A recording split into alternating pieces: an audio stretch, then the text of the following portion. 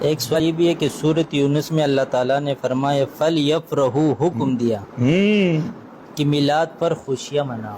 ماشاءاللہ، بہت اچھا، میلاد پر خوشیاں مناؤ۔ یہ آیت ہر میلادی ملا پڑھتا ہے۔ یہ میرے سامنے ہے احمد رضا خان کا ترجمہ، سورہ یونس ہے، اور اس کی آیت نمبر ہے 58۔ قُلْ بِفَضْلِ اللَّهِ وَبِرَحْمَتِهِ فَبِذَلِكَ فَلْيَفْرَحُوا۔ پہلے تجھے بات سمجھے، دو باتیں سمجھے تو انشاءاللہ اہل بدعت کا پول کھل جائے گا۔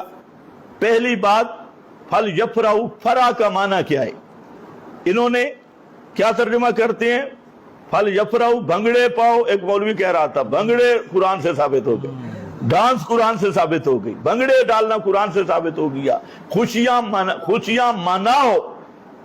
مناؤ قرآن سے ثابت ہو گیا۔ پہلے تو اس فرح کا معنی سمجھے، وہ نعیم الدین مراد آبادی کا معنی پیش کر رہا ہوں، جو بریلویوں کا پہلا مفسر اسی حاشیہ پر موجود ہے، اور اس کو ذرا غور سے سننا ہے۔ کہتے ہیں فرح کسی پیاری اور محبوب چیز کے پانے سے دل کو جو لذت حاصل ہوتی ہے۔ یہ ہے جملہ سننے والا، کیا ہے؟ فرح کسی پیاری اور محبوب چیز کے پانے سے دل کو جو لذت حاصل ہوتی ہے، اس کو فرح کہتے ہیں، اس کو فرح کہتے ہیں۔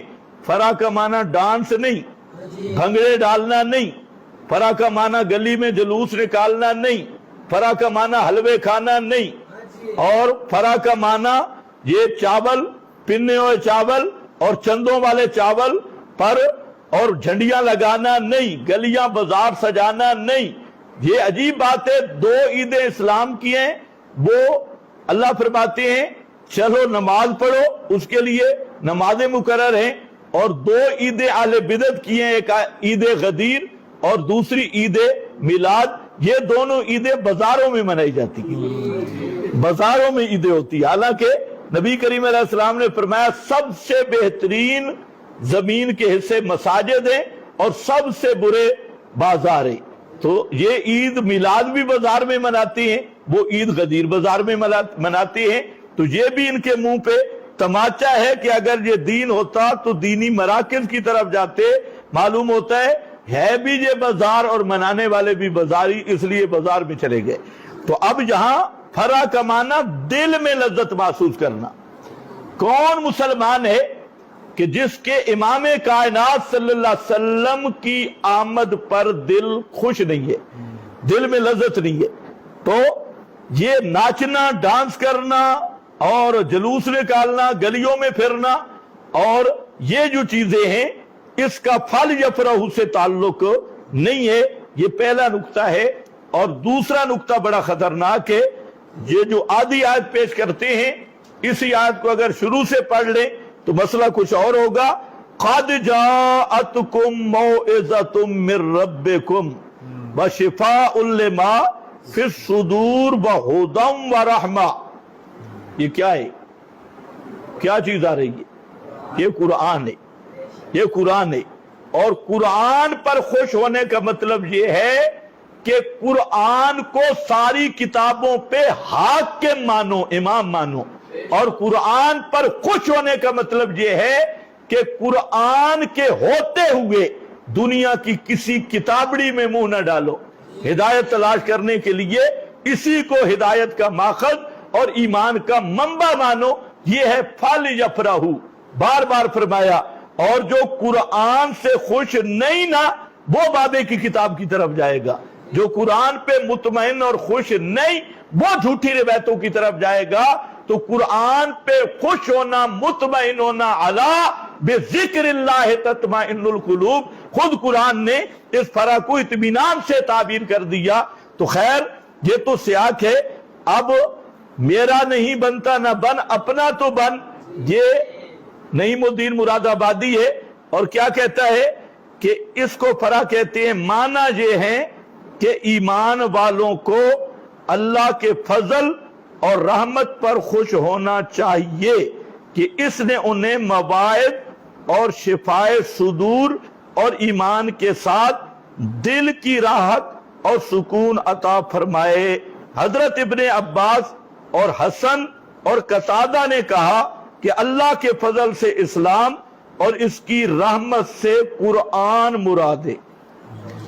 اس کی رحمت سے قرآن مراد ہے۔ حضرت ابن عباس، حسن قتادہ اور نعیم الدین مراد آبادی۔ اب کتنے تعجب کی بات ہے کہ اہل بدعت کا ہر سٹیج پہ یہ آیت پڑھی جائے گی اور یہ نہیں دیکھیں گے کہ ابا جی نے کیا لکھا ہے حاشیے پہ، ابا جی کیا فرما رہے ہیں۔ وہ کہتے ہیں قرآن،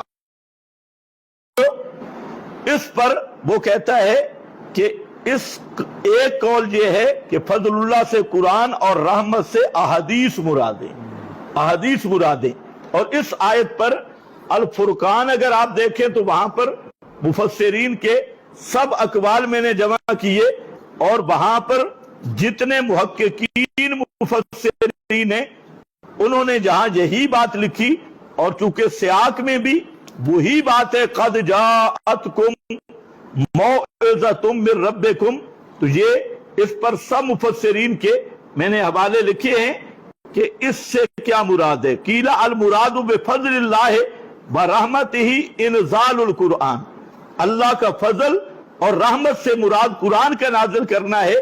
قال مجاہد وقتادہ فضل اللہ الایمان ورحمتہ القرآن بفضل اللہ القرآن برحمتی ان جعلکم من اہلہ، اللہ کا فضل قرآن ہے اور اللہ کی رحمت ہے کہ ہمیں قرآن والا بنایا، ہمیں قرآن والا بنایا، یہ مظہر ہی ہے۔ اسی طرح روح المعانی میں علامہ علوسی نے یہی معنی کیا مجاہد ان المراد بالفضل والرحمہ القرآن، اس سے مراد قرآن ہے۔ حضرت ابو سعید خدری وہ فرماتے ہیں بفضل اللہ و برحمتہ فبذالک فلیفرحوا، قال بفضل اللہ القرآن و برحمتہ ان جعلکم من آلہ، کہ یہی معنی ابن جریر نے بھی کیا اور سب حضرات نے یہی معنی کیا کہ مطلب کیا ہے کہ فضل اور رحمت سے مراد قرآن اور متبع القرآن ہونا ہے۔ تو اب ایک جلوس انزال قرآن کا کیوں نہیں نکالتے؟ وہاں پر تو کوئی خوشی نہیں۔ اگر پھل جفرو کا جلوس نکالنی ماننا ہے اور بھنگڑے ڈالنا اور ناچنا کودنا، گدھے پہ ہار مولوی پہ ہار، سمجھ نہیں آتی گدھا ختم کہاں ہوتا ہے مولوی شروع کہاں سے ہو رہا ہے، اگر یہی معنی ہے تو پھر انزال قرآن کا بھی ذرا جشن مناؤ۔ تو وہ تو تم جشن نہیں مناتے، جس کی قد جاءتکم، وہاں تو قرآن تو تمہیں سنائے تو تعرف فی وجوہ الذین کفروا المنکر کا منظر پیش کرتے ہیں، تو قرآن سن کے بھی ذرا خوش ہو جایا کرو نا۔ قل انما انا بشر، سن کے خوش ہو۔ قل سبحان ربی هل کنت الا بشر الرسول قل لا اقل لکم عندی خزائن اللہ ولا عالم الغیب، اور یہ انا کا میتون و انہم میتون، یہ ایتے سن کے ذرا خوش بھی ہو جایا کرو، جہاں تو تمہارے منہ ایسے لگتے ہیں کہ 8 دن کی روٹی بھی تمہیں نہیں ملی۔